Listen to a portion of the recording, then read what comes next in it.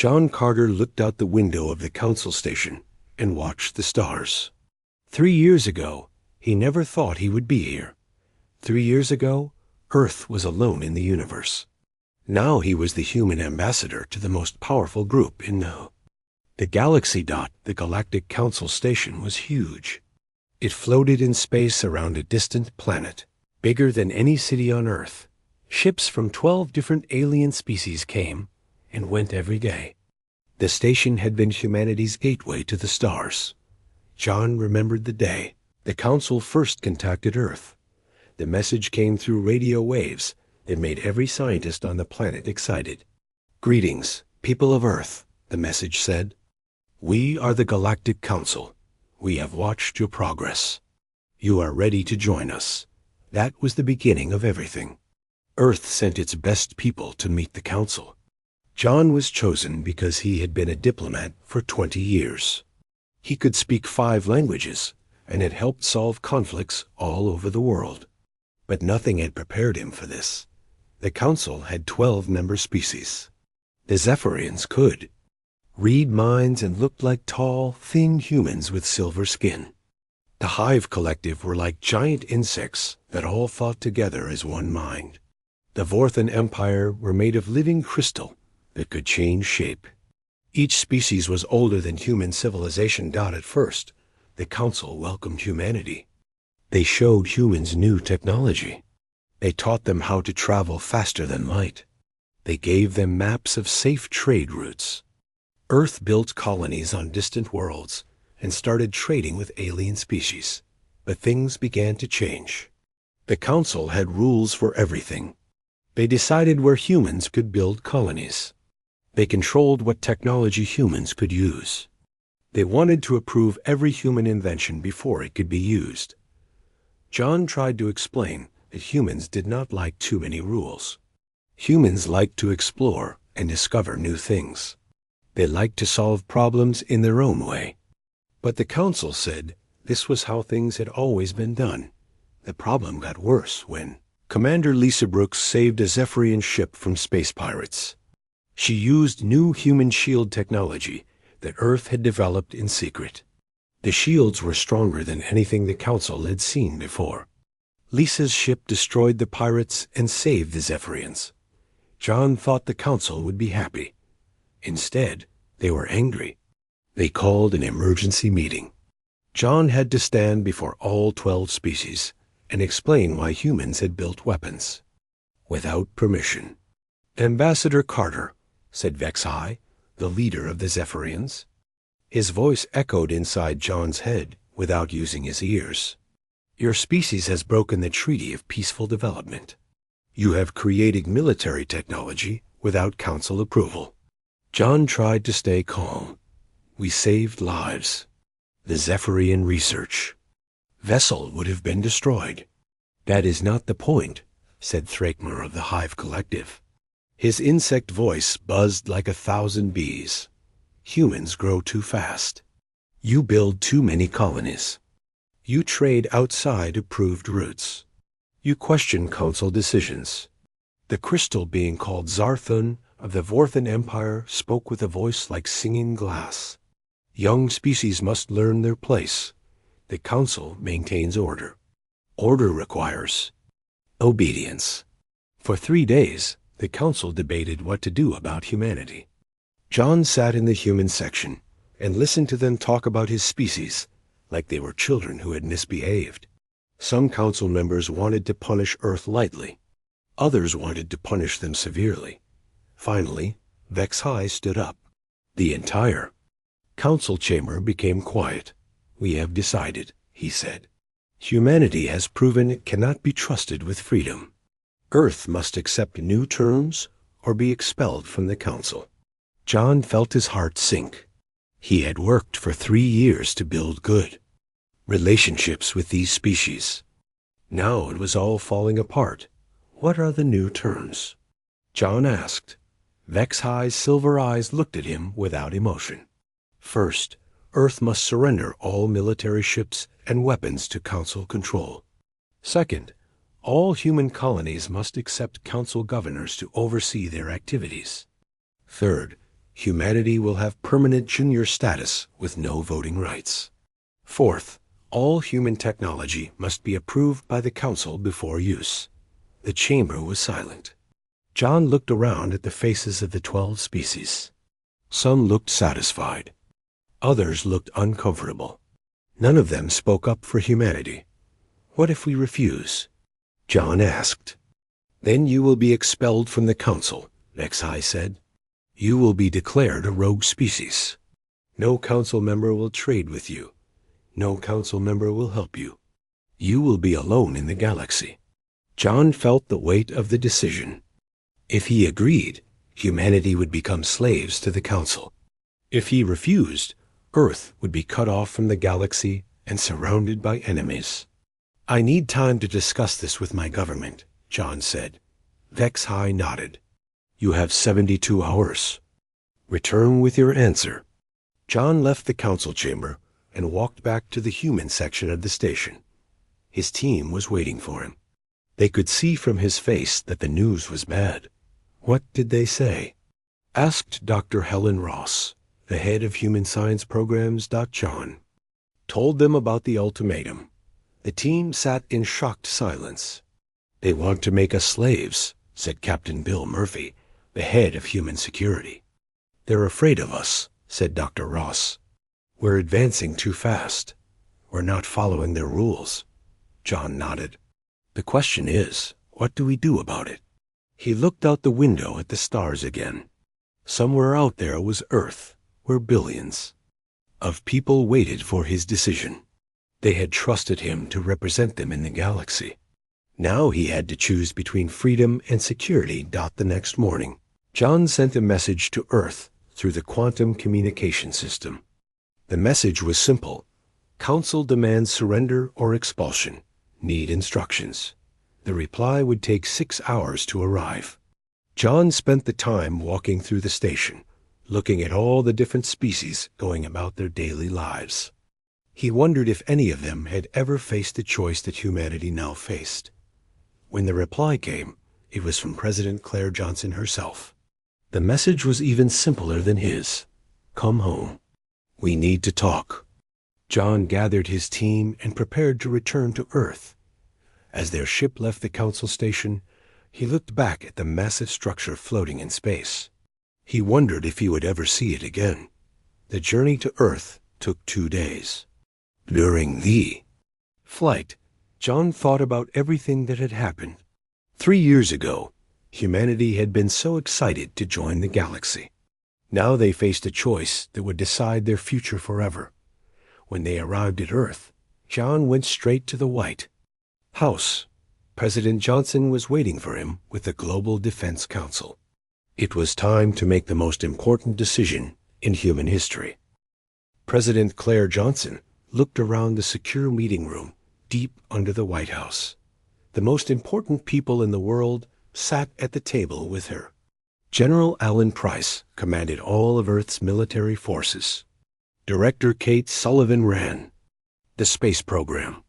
Dr. Paul Martinez was the smartest scientist on the planet. John Carter had just finished explaining the Council's ultimatum. The room was quiet as everyone thought about what it meant. So they want us to give up everything, General Price said. His voice was calm, but his eyes were angry. Our ships, our weapons, our colonies, our freedom. They're afraid of us, Dr. Martinez said. In 3 years, we've advanced faster than they expected. Our technology is getting better than theirs. President Johnson nodded. What they're really asking is for us to become their slaves. They want to control everything we do. Director Sullivan opened a folder marked Top Secret. There's something you all need to know. We've been preparing for this day since first contact. She pressed a button, and the wall screen showed star maps that nobody except her closest team had ever seen. This is Project Homecoming. We never completely trusted the Council, so we've been making backup plans. The map showed dozens of star systems that were not on any Council chart. Our exploration ships have been doing more than just mapping. They've been finding worlds that the Council doesn't know about. We've been building hidden bases and mining operations. General Price leaned forward. How many systems? 47, Sullivan said. Each one has at least basic infrastructure. Some have full colonies that we've kept secret. Dr. Martinez smiled for the first time since the meeting began. We've also been reverse engineering every piece of Council technology we could get our hands on. Our ships are now faster than theirs. Our weapons are more powerful. Our shields are stronger. President Johnson stood up and walked to the window. Outside, people were going about their normal lives. They had no idea that their leaders were deciding the future of humanity. The Council thinks they have us trapped, she said. They think we need them more than they need us. But maybe it's the other way around. What do you mean? John asked. Look at what's happened since we joined the Council, President Johnson said. We've brought new ideas. We've solved problems they couldn't solve. We've made their technology better. We've even saved their people from pirates. She turned back to the group. The Council is old and stuck in their ways. They don't want to change. They don't want to grow. They just want to control everything. General Price pulled up military reports on his tablet. Our intelligence teams have been watching the Council military. They're strong, but they're slow. They rely on old tactics. Their ships are bigger but less maneuverable. What about their numbers? John asked. They have 12 species with thousands of ships. True, Director Sullivan said, but they also have enemies. There are species that want to leave the Council, but are afraid to. There are others that the Council has conquered and oppressed. Doctor Martinez added, the Council's biggest weakness is that they assume everyone thinks like them. They can't imagine that someone would choose freedom over safety. President Johnson sat back down. So what are our options? We could accept their terms, John said. We'd lose our independence, but we'd keep our place in the galaxy. That's not really an option, General Price said. If we give up our military, we're defenseless. If we give up our technology, we stop advancing. If we give up our colonies, we're trapped on Earth. We could fight, Director Sullivan said. We have the technology and the hidden bases. We could probably win. But at what cost? President Johnson asked. A war would kill millions of people on both sides. Dr. Martinez had been quiet while the others talked. Now he spoke up. There's a third option. We could say no and see what happens. What do you mean? John asked. The Council expects us to either give in or fight back in anger, Dr. Martinez said. What if we do neither? What if we just politely decline and go our own way? President Johnson thought about this. You mean just leave? Why not? Dr. Martinez said. We have secret colonies. We have advanced technology. We have everything we need to survive without the Council. General Price nodded slowly. It would be like calling their bluff. They're betting that we can't survive without them. But can we? John asked. The Council controls most of the galaxy. They have trade routes, allies, resources. Director Sullivan smiled. They control the known galaxy. But there's a lot of unknown galaxy out there, and we've been exploring it for 3 years. President Johnson made her decision. We're going to reject their ultimatum. But we're going to do it the human way. What's the human way? John asked. We're going to be polite about it, President Johnson said. We're going to thank them for their offer and respectfully decline. We're going to make it clear that we're not angry. We're just choosing a different path. She stood up again. The Council thinks they understand humans. They think we're either obedient or rebellious. They don't expect us to be calm and reasonable about rejecting them.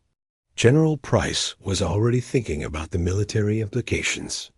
If we're doing this, we need to start moving our people out of Council space right away. Agreed, Director, Sullivan said. We'll activate the evacuation protocols. It will look like we're retreating, but we're actually repositioning to our hidden systems. Dr. Martinez was making notes. We should also start reaching out to other species that might be unhappy with the Council. We might not be the only ones who want to change. President Johnson looked at John. Are you ready to go back and deliver our answer? John nodded. What exactly should I say? President Johnson thought for a moment. Tell them that the people of Earth appreciate their concern for galactic stability. Tell them that after careful consideration, we must respectfully decline their generous offer of increased oversight. Tell them we understand this may lead to changes in our relationship, and that is their choice to make. That's it? John asked. That's it, President Johnson said. Simple, polite, and firm. The meeting continued for several more hours as they planned the details. The evacuation of human colonies would begin immediately. The hidden bases would be activated. The military would be put on alert. But most importantly, they would not act like they were starting a war. They would act like they were simply making a business decision. 2 days later, John was back on the Council station. The human section was busier than usual as diplomats and staff prepared for what might be their last days there. The Council had called a full assembly to hear Earth's answer. John walked into the great chamber where representatives from all 12 species waited. He could feel their eyes on him as he took his place at the human podium. Vixai stood up. Ambassador Carter, has your government reached a decision? John looked around the chamber one last time. These beings had been his partners for 3 years. Now they were about to become something else. Yes, John said. The people of Earth appreciate the Council's concern for galactic stability. After careful consideration, we must respectfully decline your generous offer of increased oversight. The chamber erupted in surprised voices. John waited for them to quiet down before continuing. We understand this may lead to changes in our relationship, he said. That is your choice to make. Vexhai stared at him. You are refusing the Council's terms? We are choosing a different path, John said calmly. Then you have chosen to be enemies of the Council. Thrakmer buzzed angrily. We have chosen to be ourselves, John replied. Vexhai looked around at the other Council members. They whispered among themselves in their various languages. Finally, he stood up again. By the authority of the Galactic Council, humanity is hereby expelled from this organization. Earth is declared a rogue species.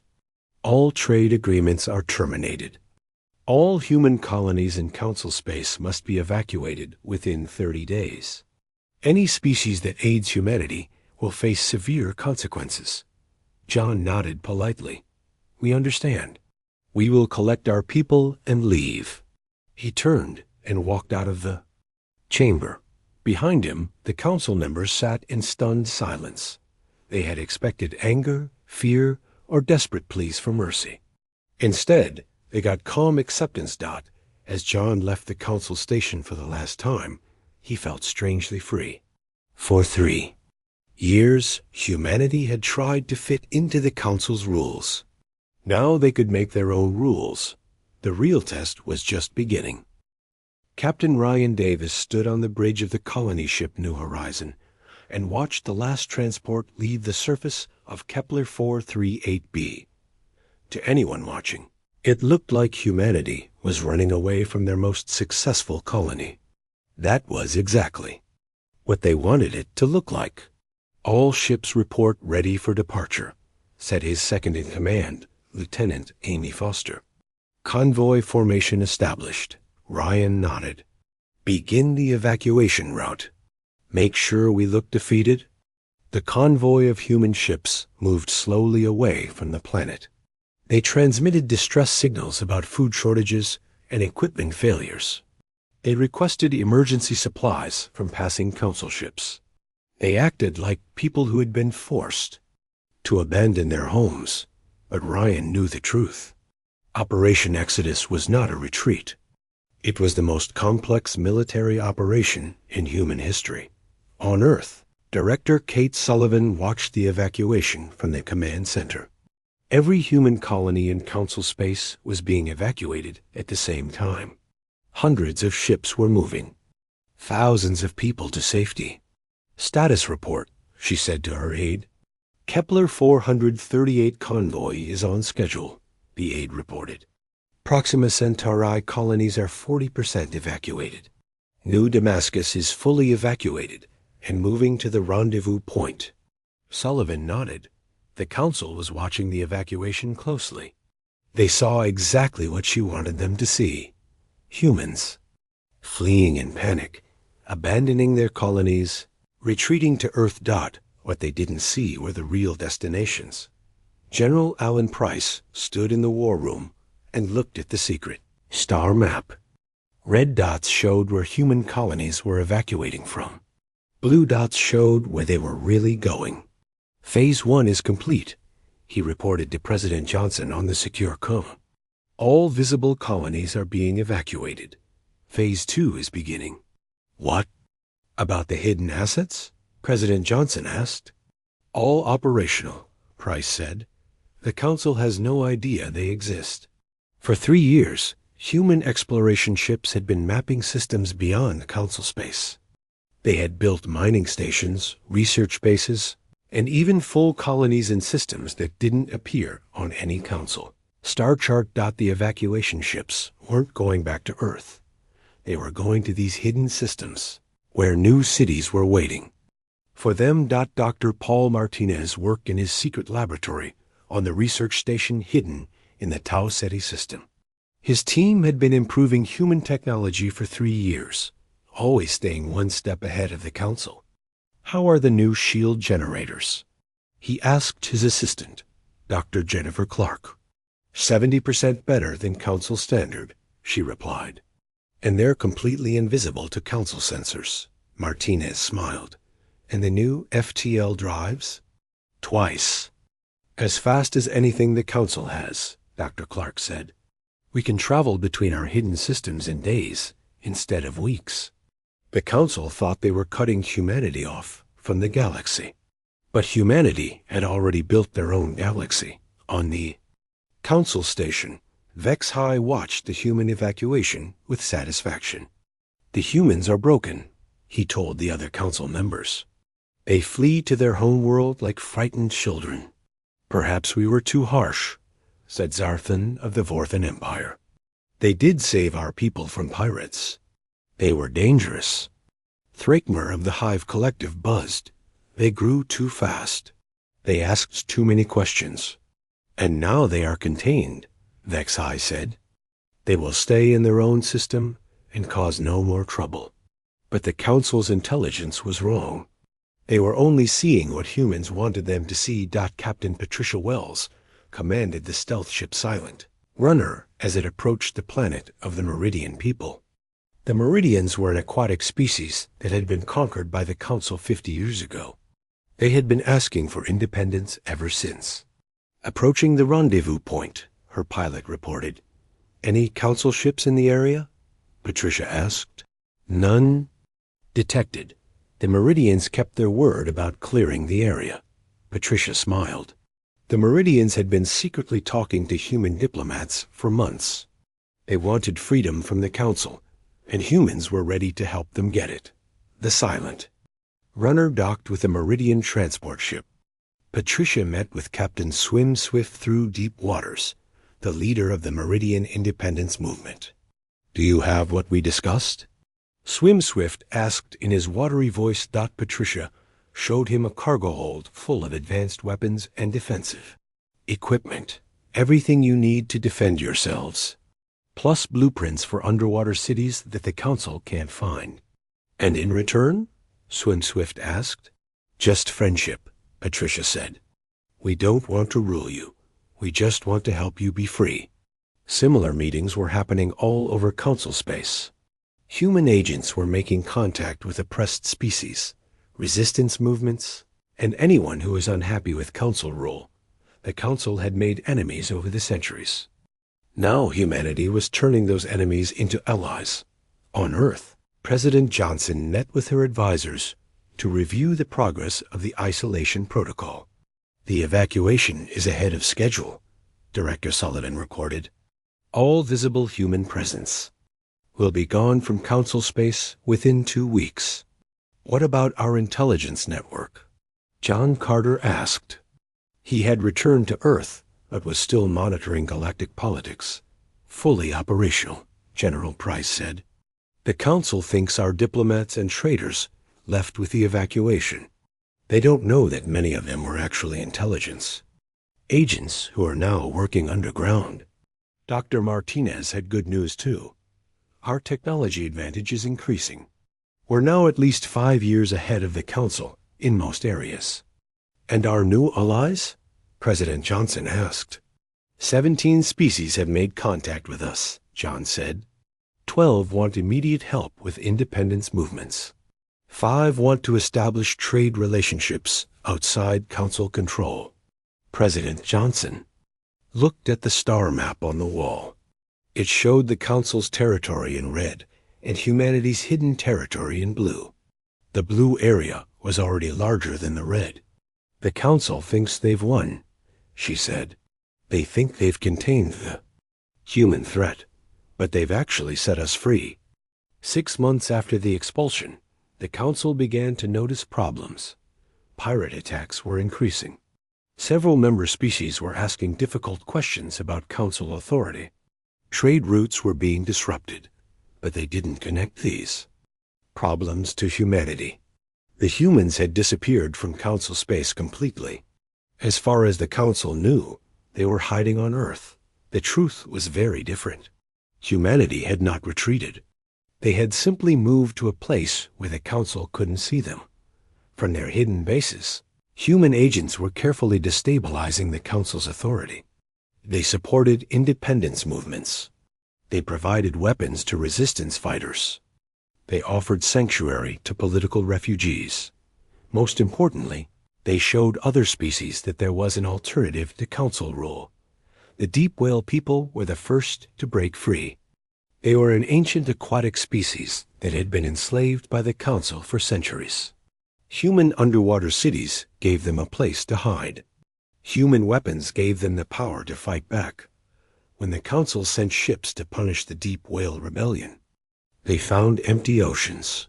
The deep whale people had disappeared into human-built cities on the ocean floor, but the Wanderer clans were next. They were nomadic people who had been forced to settle on Council-controlled planets. Human ships gave them the ability to return to their nomadic lifestyle, traveling between stars instead of staying in one place. The Council couldn't catch ships that were faster than their own. The Songbird people were artists and musicians who had been forced to create propaganda for the Council. Human colonies gave them planets where they could create art freely. One by one, the Council's member species began to question why they needed the Council at all. Vex High called emergency meetings, but the other Council members were starting to disagree with each other. Some wanted to crack down harder on the rebellions. Others wanted to negotiate. This is all because of the humans, Vex High said. They are behind these rebellions. The humans are gone, Thrakmer replied. They went back to their home world. They are not involved in this. Then why are the rebels using human weapons? Vex High asked. Perhaps they developed the weapons themselves, Zarthon suggested. Perhaps we have been too controlling. Perhaps other species can innovate too. The Council was falling apart from the inside. They had spent so long controlling other species that they couldn't imagine those species thinking for themselves. But the rebels weren't thinking for themselves. They were getting help from humanity. Help that came with no strings attached except friendship. As the first year of isolation ended, humanity had accomplished something amazing. They had not conquered the Council through force. They had simply shown the galaxy that there was a better way to live. The Council had betrayed Earth, expecting humanity to either submit or fight. Instead, humanity had chosen a third option, to build something better, and the galaxy was starting to notice. Council Security Chief Thrakmer stood in the command center of the Council station and stared at the tactical display. Red warning lights flashed across the star map, showing attacks and rebellions throughout Council space. "Report," he buzzed. To his aide. 17 separate incidents this week, the aide replied. The Meridian Independence Fleet hit 3 supply convoys. The Deep Whale Rebellion destroyed a mining station. The Wanderer clans raided the Zephyrian trade hub. Thrakmer's insect eyes clicked in frustration. What about our response fleets? They arrive too late every time. The attackers disappear before we can engage them. How is that possible? Thrakmer demanded. We have the largest fleet in the galaxy.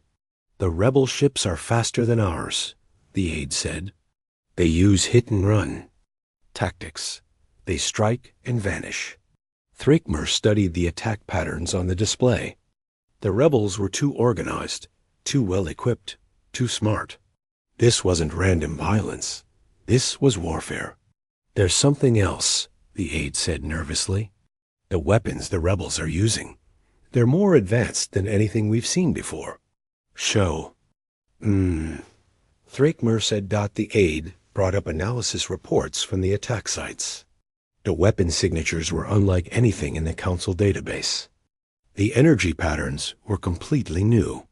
Where did they get these weapons? Thrakmer wondered. Unknown, the aide said. But the technology appears to be human in origin. Thrakmer's compound eyes widened. That's impossible. The humans were expelled. They went back to their homeworld.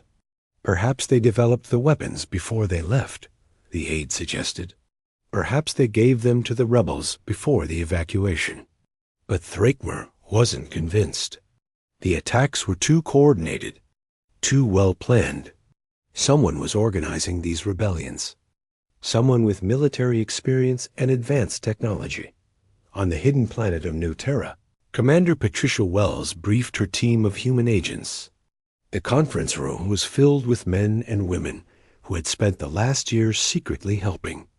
Rebel movements across the galaxy. The Council is starting to ask questions, Patricia said. They're seeing patterns in the attacks.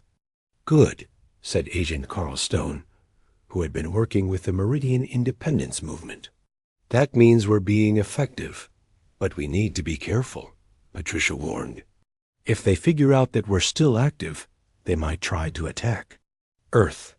Agent Mary Kim, who had been helping the Songbird people, raised her hand. What about the new shipments of weapons? The rebels are asking for more advanced equipment. Dr. Martinez has approved the next generation of defensive systems. Patricia said, We'll start distributing them next week. The human agents were running the most successful covert operation in galactic history. They were supporting 12 different independence movements, arming 6 resistance groups, and providing sanctuary to thousands of refugees. All without the Council knowing they were still active. Back on the Council station, Vex High called an emergency meeting of the full Council. The 12 species gathered in the Great Chamber, their faces showing worry and anger. The situation is getting worse, Vex High announced. Half of our member species are dealing with rebellions. Our trade routes are under constant attack. Our authority is being questioned. Perhaps we should negotiate with the rebels, suggested Zarthan of the Vorthan Empire. Find out what they want. They want independence, Thrakmer said. They want to leave the Council. Then maybe we should let them, said Quilin of the Aquatic Alliance. If they're not happy here, why force them to stay? The chamber erupted in angry voices. Some Council members wanted to crush the rebellions with military force. Others wanted to negotiate. A few were starting to wonder if the Council was worth saving. Order, Vex High shouted. We cannot show weakness. If we let some species leave, others will follow. The Council will collapse. Maybe it should collapse, said Tarbeth of the Crystalline Collective. Maybe we've been too controlling. Maybe other species deserve freedom. Vex High stared at her in shock. You would destroy everything we've built? We've built an empire based on fear, Tarbeth replied. Perhaps it's time to build something based on cooperation. The meeting ended with no agreement. The council was starting to split apart from the inside. On Earth, President Johnson received daily briefings about the situation in council space. The rebellion was spreading faster than anyone had expected. The council is fracturing, John Carter reported. 3 founding members are now questioning council authority. 7 client species have declared independence. 2 more are planning to leave. What about military action? General Price asked. Are they planning to attack our hidden bases? They don't know about our hidden bases, John said. They still think we're all on Earth. Dr. Martinez had been monitoring council communications through their spy network. Their intelligence is failing, he reported. They can't figure out where the rebels are getting their weapons or training. Because they can't imagine that we're still active, Director Sullivan said. They think they defeated us when they expelled us from the council. President Johnson looked at the galactic map on her wall. The council's territory was shrinking every month as more species declared independence. Meanwhile, humanity's hidden network was growing stronger. We're winning, she said. But we need to be ready for their next move. That next move came sooner than expected. Council forces launched a massive attack on the Meridian home world, trying to crush the independence. Movement once and for all. The attack was brutal. Council ships bombarded Meridian cities from orbit. Ground forces invaded the planet's surface. The Council was determined to make an example of the Meridians, but the Meridians were ready. Human-built underwater cities provided shelter for millions of civilians. Human weapons gave the Meridian military the power to fight back. Human tactics helped them turn the invasion into a disaster for the Council. The battle lasted 3 days. When it was over, the Council forces had been defeated. 2 of their largest warships were destroyed. Thousands of their soldiers were captured. Galaxy watched in amazement as a small species defeated the mighty Council military. But the victory came at a cost. The Council had used weapons that were banned by galactic law. They had targeted civilian populations. They had shown that they were willing to commit genocide to maintain control. The other member species were horrified. This was not the Council they had joined. This was not the organization that was supposed to protect them. Within a week, 4 more species declared independence. The Council was collapsing. On the hidden world of New Terra, Patricia Wells received an unexpected message. It was from Zarthon of the Vorthan Empire, one of the Council's founding members. I wish to speak with human representatives, the message said. I have a proposal. Patricia brought the message to President Johnson on a secure channel. The president looked surprised. The Vorthan Empire wants to talk to us? She said, That's interesting. It could be a trap, General Price warned. Or it could be an opportunity, John Carter said. The Vorthan Empire is one of the most powerful species in the galaxy. If they're willing to break with the Council, it could end the war. President Johnson made her decision. Set up a meeting. But make it clear that we're not interested in joining another council. We're building something new. The meeting was arranged on a neutral space station in unclaimed territory. John Carter met with Zarthon in a private room. With only their personal guards present, Zarthon was a being of living crystal, beautiful and ancient. Her voice sounded like wind chimes in a gentle breeze. Ambassador Carter, she said, I must apologize for the Council's treatment of your species. We were wrong to try to control you. Thank you, John said. But apologies won't solve the current crisis. No, Zarthon agreed. But perhaps cooperation can. The Vorthan Empire has been watching the rebellions. We've seen how you help other species without trying to control them. That's because we don't want to control anyone, John said. We just want to be free to live our own lives. And to help others live theirs, Zarthon said. This is why I'm here. The Vorthan Empire wishes to leave the Council and join whatever organization you are building. John was careful not to show his excitement. We're not building an organization. We're building a community of free species. Zarthan said, species that choose to work together instead of being forced to obey. That's right, John said. We call it the Confederation of Free Worlds. Every member has an equal voice. Every member can leave at any time. No one species controls the others. Zarthan was quiet for a long moment. The Vorthan Empire has been part of the Council for 2,000 years. We helped create it, but we also helped create its problems. The past is the past, John said. The question is what you want to do about the future. We want to be free, Zarthan said. We want to help other species be free. We want to build something better than the Council. John smiled. Then we have something to talk about. The negotiations took 3 days. By the end, the Vorthan Empire had agreed to formally leave the Council and join the Confederation of Free Worlds. They would bring their advanced technology, their vast resources, and their influence with other species. Most importantly, they would bring legitimacy. If one of the Council's founding members was willing to leave and join humanity's confederation, other species would follow. The announcement.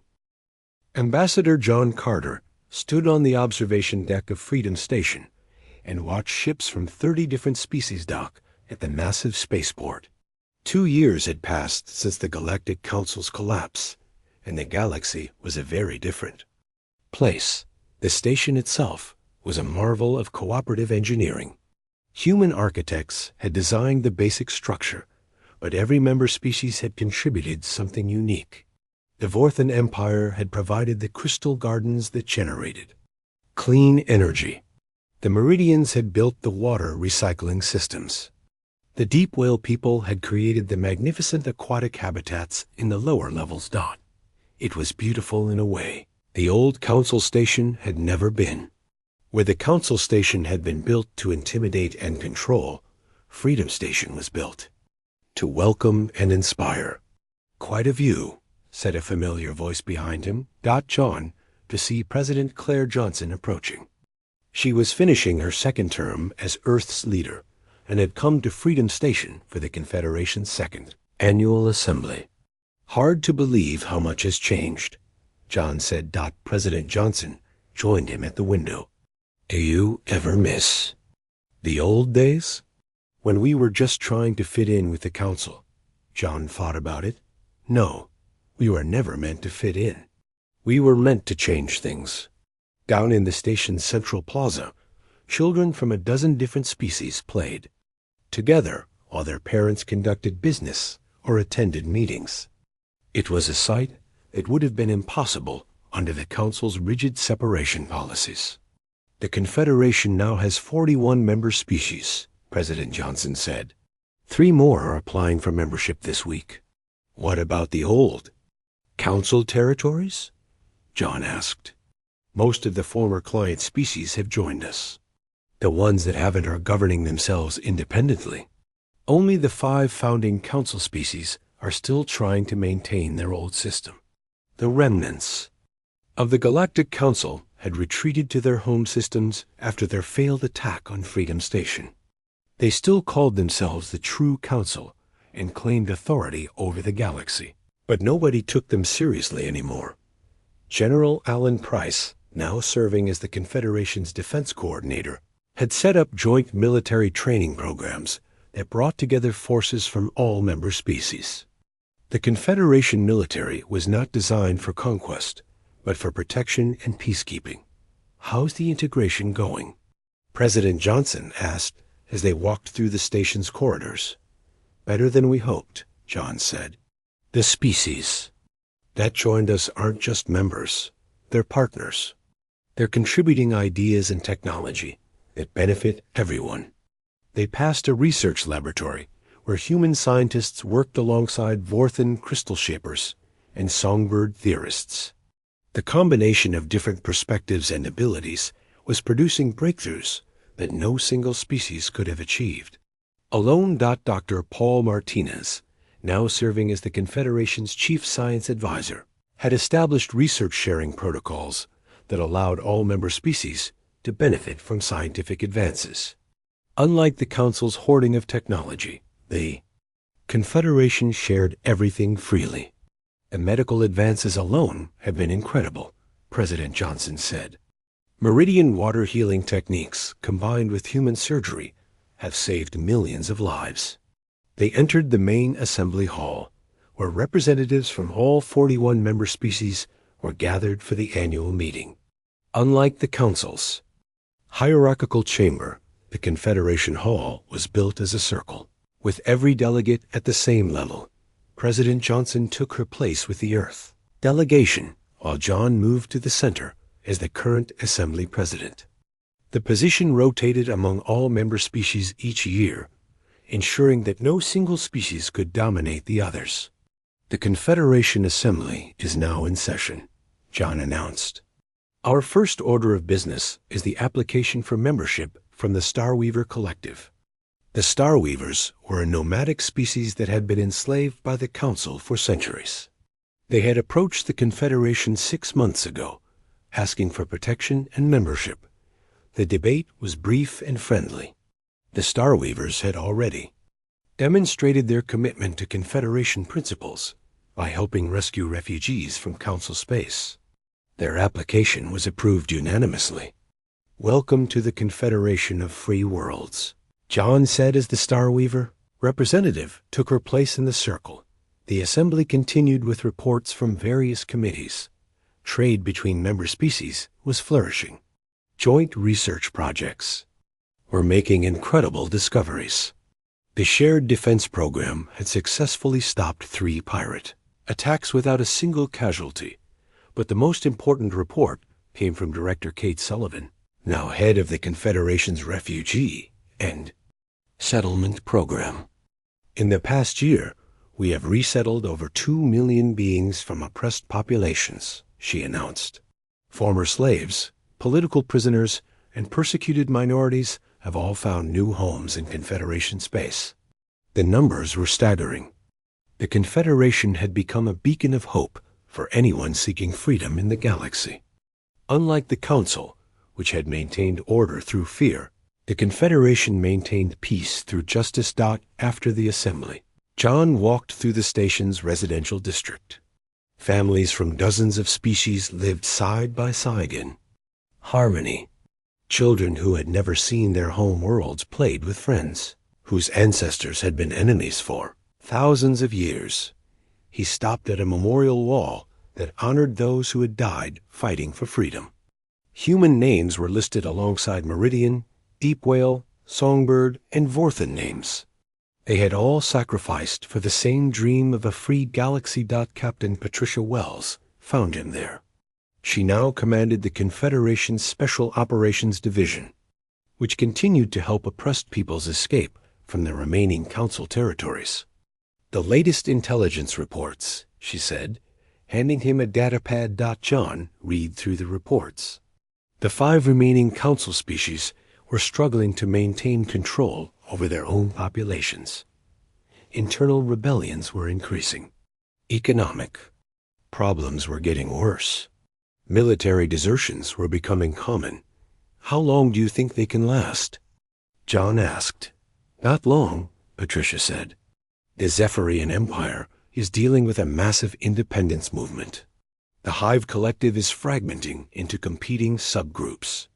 Even Vex High's own people are questioning his leadership." "What about refugee requests?" "Increasing every day. We've got transport ships standing by to evacuate anyone who wants to leave." John nodded. The Confederation had a policy of accepting anyone who sought freedom, regardless of their species or background. Even former Council officials were welcome. If they renounced the old system. As evening fell on Freedom Station, John returned to his office to prepare for the next day's meetings. The work was never finished, but it was good work. Instead of maintaining an empire through force, they were building a community through cooperation. A message was waiting for him from Earth. It was from a group of historians who were writing the definitive account of humanity's first contact with galactic civilization. Ambassador Carter, the message read, we are trying to understand the key moment when everything changed. Was it when the Council made their ultimatum? When President Johnson decided to reject their terms? When you delivered humanity's response? John thought about the question as he looked out at the stars. When had everything changed? When had humanity transformed from a junior species trying to fit into the catalyst for galactic revolution? He sent back a simple reply. It changed when we decided to be ourselves instead of what others wanted us to be. That night, John walked through the quiet corridors of Freedom Station one more time before going to bed. In the aquatic sections, deep whale families swam through crystal-clear waters. In the crystal gardens, Borthan children played games of light and color. In the air currents of the upper levels, songbird youth practiced aerial dances that told stories of freedom. This was what humanity had helped build. Not an empire based on domination, but a community based on cooperation. Not a hierarchy that elevated some species above others, but a circle where everyone was equal. The Galactic Council had betrayed Earth, expecting humanity to either submit or fight. Instead, humanity had chosen to build something better. They had shown the galaxy that there was an alternative to oppression, an alternative to war, an alternative to the old ways of thinking. And when the galaxy had seen that alternative, they had chosen it overwhelmingly. John reached his quarters and looked out the window one last time. In the distance, he could see ships arriving from all corners of the galaxy. Traders, diplomats, refugees, students, artists, scientists, all coming to Freedom Station because it represented something that had never existed before, a truly free galactic civilization. The Council had given humanity a choice, surrender or be cast out. Humanity had replied calmly, your choice. But in the end, it had been the galaxy's choice, and the galaxy had chosen freedom. Tomorrow would bring new challenges, new opportunities, new species seeking membership in the Confederation. The work of building a free galaxy would continue. But tonight, John Carter could rest knowing that humanity had not conquered the stars. They had freed them. And that made all the difference.